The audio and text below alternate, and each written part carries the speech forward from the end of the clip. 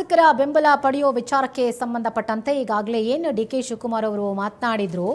So ದೆಹಲಿಯಲ್ಲೂ ಕೂಡ ರಾಹುಲ್ ಗಾಂಧಿ ಅವರನ್ನ ಭೇಟಿ ಮಾಡ್ಕೊಂಡು ಬಂದಿದ್ರು. ಆ ವಿಚಾರಕ್ಕೆ ಸಂಬಂಧಪಟ್ಟಂತೆ ಬೆಂಗಳೂರಿನಲ್ಲಿ ಸಚಿವ ಪ್ರಿಯಾಂಕ್ ಖರ್ಗೆ ಪ್ರತಿಕ್ರಿಯೆ ಕೊಟ್ಟಿದ್ದಾರೆ.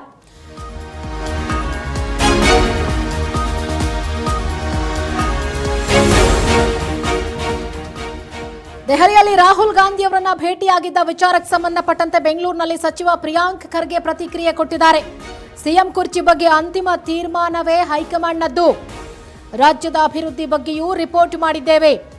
ವೋಟ್ ಚೋರ್ ಬಗ್ಗೆಯೂ ರಾಗಾ ಜೊತೆ ಚರ್ಚೆ ಮಾಡಿದ್ದೇನೆ. ಸಿಎಂ ಡಿಸಿಎಂ ಹೈಕಮಾಂಡ್ ತೀರ್ಮಾನಕ್ಕೆ ಬಿಟ್ಟಿದ್ದಾರೆ. ವರಿಷ್ಠರ ಅಂಗಳದಲ್ಲೇ ಗೊಂದಲದಕ್ಕೆ ಬ್ರೇಕ್ ಅಂತ ಹೇಳಿ ಖರ್ಗೆ ಹೇಳಿದ್ದಾರೆ. ಯಾರು? ಪ್ರಿಯಾಂಕ್ ಖರ್ಗೆ ಹೇಳಿರುವಂಥದ್ದು.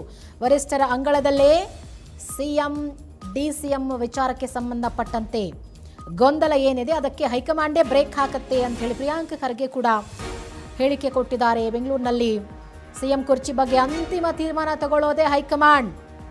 ಈಗಾಗಲೇ ದೆಹಲಿಯಲ್ಲಿ ರಾಹುಲ್ ಗಾಂಧಿ ಅವರನ್ನ ಭೇಟಿ ಮಾಡ್ಕೊಂಡು ಮಾತಾಡ್ಕೊಂಡು ಬಂದಿದ್ದಾರೆ.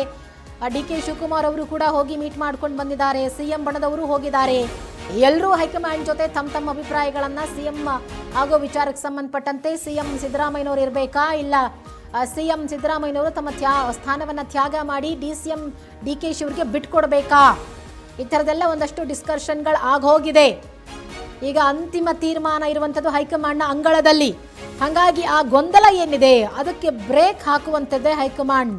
ಈಗ ಚೆಂಡು ಹೈಕಮಾಂಡ್ನ ಅಂಗಳದಲ್ಲಿದೆ. ಯಾವ ಕಡೆಗೆ ಚೆಂಡನ್ನು ಎಸಿತಾರೋ ಹೈಕಮಾಂಡ್, ಸಿಎಂ ಸಿದ್ದರಾಮಯ್ಯನವ್ರ ಕಡೆಗೆ ಎಸಿತಾರಾ, ಡಿಸಿಎಂ ಡಿ ಕೆ ಶಿವಕುಮಾರ್ ಅವ್ರ ಕಡೆಗೆ ಎಸಿತಾರಾ, ಚೆಂಡು ಯಾವ ಅಂಗಳದಲ್ಲಿ ಬೀಳುತ್ತೋ ಅವರೇ ಮುಂದಿನ ಸಿಎಂ ಅನ್ನುವ ಅರ್ಥದಲ್ಲಿ ಇದೀಗ ಪ್ರಿಯಾಂಕ್ ಖರ್ಗೆ ಅವರು ಮಾತನಾಡಿದ್ದಾರೆ.